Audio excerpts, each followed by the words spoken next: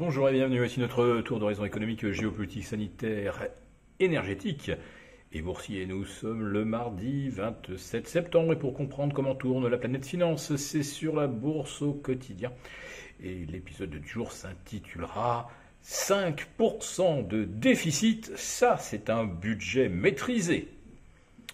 Oui, j'ai suivi avec gourmandise une intervention de Bruno Le Maire hier sur BFM et qui est venu nous présenter les perspectives 2023, ce qui pourrait constituer donc les contours du prochain projet de loi de finances et qui sera bâti sur l'hypothèse d'une croissance à plus 1,2% en 2023.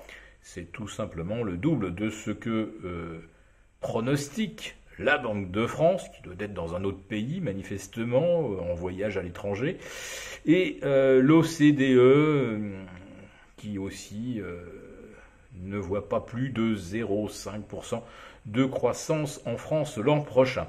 Quant à l'inflation, eh bien, elle serait de 4,3. Bon, là, il n'y a pas grand-chose à redire. Si c'est 4, ça sera très bien. Si c'est 5, on ne se sera pas trompé de beaucoup. Non, là où le bas blesse, c'est au niveau des déficits, puisque M. Le Maire nous annonce un déficit budgétaire de 5%. Donc, on retrouve là les mêmes niveaux qu'en 2020, lorsque son gouvernement avait décidé de geler l'économie et de provoquer une récession sans précédent. Oui, 5% de déficit, parce qu'il faudra supporter le bouclier tarifaire, qui lui nous coûtera donc 45 milliards d'euros donc pour stabiliser les prix de l'électricité et probablement des carburants. Et la France devra donc lever 270 milliards d'euros pour assurer donc le fonctionnement de la République. Et c'est un montant considérablement supérieur aux années pré-Covid, puisqu'on tournait autour de 220, 230. Donc ça fait quasiment 15, voire 20% de plus, et qu'il va falloir émettre au moment où les taux sont au plus haut, puisque nos OAT affichent désormais un rendement de 2,75%. Ne cherchez pas, c'est tout simplement un doublement en l'espace de 6 mois. Je vais même plus loin. Au début du mois de mars, la France était encore payée pour emprunter quand on regardait du côté du 2 ans. Non, j'exagère, c'est 9 mois. 9 mois auparavant, il y a 6 mois, on se situait aux alentours de 0,30. On est passé maintenant à 2,30. Donc on n'aura jamais emprunté autant d'argent aussi cher depuis 2018. Vous voyez un petit peu l'effet de ciseau. Alors, il ne faut pas s'étonner dans ces conditions que des opérateurs tordent un petit peu le nez avant d'acheter des OAT. Mais bon, c'est encore pire du côté des BTP italiens, puisque là, on a franchi allègrement la barre des 4. Je suis en train de regarder à l'instant. Oui, on est à 4,53. Bon, bah, c'est stabilisé par rapport à la veille. Mais enfin, faites le calcul par rapport au Bund qui lui offre du 2,18.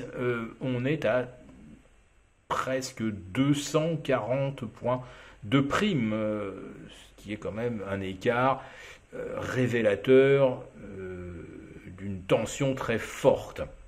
Et c'est là que je vais maintenant lâcher, pas le bouquet final, mais en tout cas un très très très gros pataquès, c'est la BCE et Christine Lagarde qui nous annonce que, eh bien, elle n'interviendra pas au profit et pour voler au secours des pays qui auraient adopté de mauvaises trajectoires budgétaires ou pris de mauvaises décisions économiques.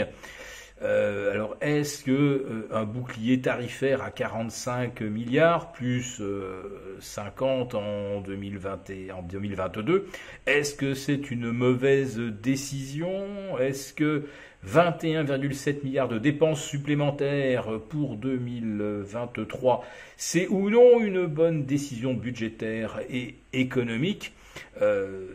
La France pourrait très très bien s'entendre signifier que tout ça, c'est complètement hors des clous. L'Allemagne ne dégage plus d'excédent, mais au moins elle ne fait pas de déficit. Alors quant à l'Italie, eh bien là, comme on dit, Giorgia Meloni est attendue au tournant.